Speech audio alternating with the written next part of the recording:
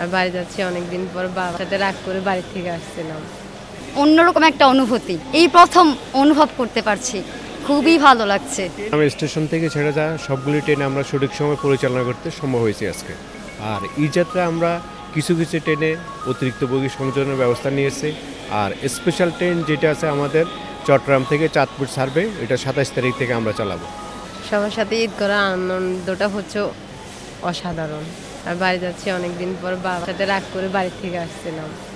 আজকে বলতেছে টিকিট নাই, তারপরে 3টা বাজে টিকিট কাটতে হবে, এটা বলতেছে। হ্যাঁ, এখন ভালো লাগছে। আসলে একটা সময় যখন অনলাইনে টিকিট ছিল না, তখন কি হতো, কাউন্টারে একটা লম্বা লাইনে দাঁড়ানো লাগতো, ঘন্টার পর ঘন্টা দাঁড়িয়ে থাকা লাগতো।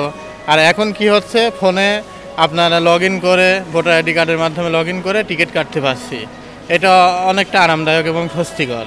হ্যাঁ, মাঝে সাঝে টিকিট পাওয়া যায় না, আবার মাঝে সাঝে টিকিটটা পাওয়া যাচ্ছে, এমনটা হচ্ছে।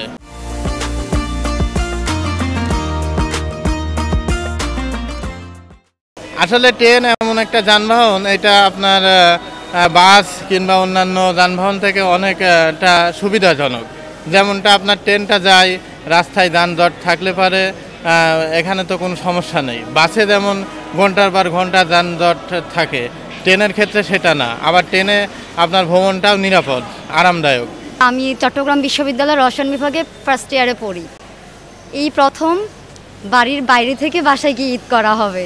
আমার ফ্রেন্ডরা অনেক আগেই চলে গেছে, আমার একটু লেট হয়ে গেছে, বাট এটা অনেক অন্যরকম একটা অনুভূতি, এই প্রথম অনুভব করতে পারছি, খুবই ভালো লাগছে।